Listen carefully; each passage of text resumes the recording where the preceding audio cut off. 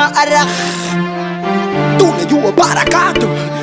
Talakatu Armisa you walking up, you walking boss up, you walking Chachi twist and turn up, come again Salam alaikum, so Bano to mira me bo peace of a watepo Na opateka, kain, fum, Fila marefi, na opalepa Kanu abachi tatari, the bandaita skipping Mokatira, because nini I'm ready for killing Ndakatira, anytime, anywhere Ndakamirira stini Nakumarati za chipowa power Ko, stallion ndo horsepower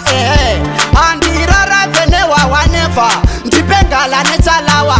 Ukanzwa noti ndinobowa idawa Anoda kumborowa Ukapengira pamberi pema fansi kupawa Nemakeni unotema Na opateka Kain, fum Fila marefi Na opalepa Kanu abachi tatari Ndapandaita skipping Mokatira Because nini I'm ready for killing Ndakatira Anytime, anywhere Ndakamirira stingi Ndiko kubata kwa mari Samari tabe kutora mari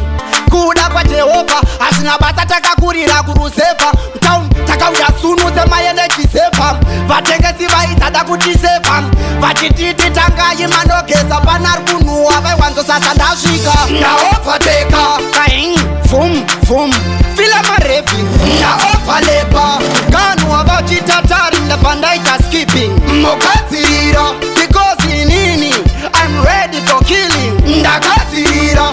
Anytime, anywhere Ndakamirira stingi Ikashino takugeza Takudresa Vakutisesa Shimapatani ndegosa Mobuda mbova Ini amumbo ndipeta Ndo usimuza mureza Ndirinteka kumbizo Vanoto nitemba Vakanisimbiza usakantekemba Kuma NMC Topata kuita memba Na opateka Kain, fum Fila marefi Na opalepa Kanu abachi tatari Ndapandaita skipping Mokatira Because nini I'm ready for killing Ndakatira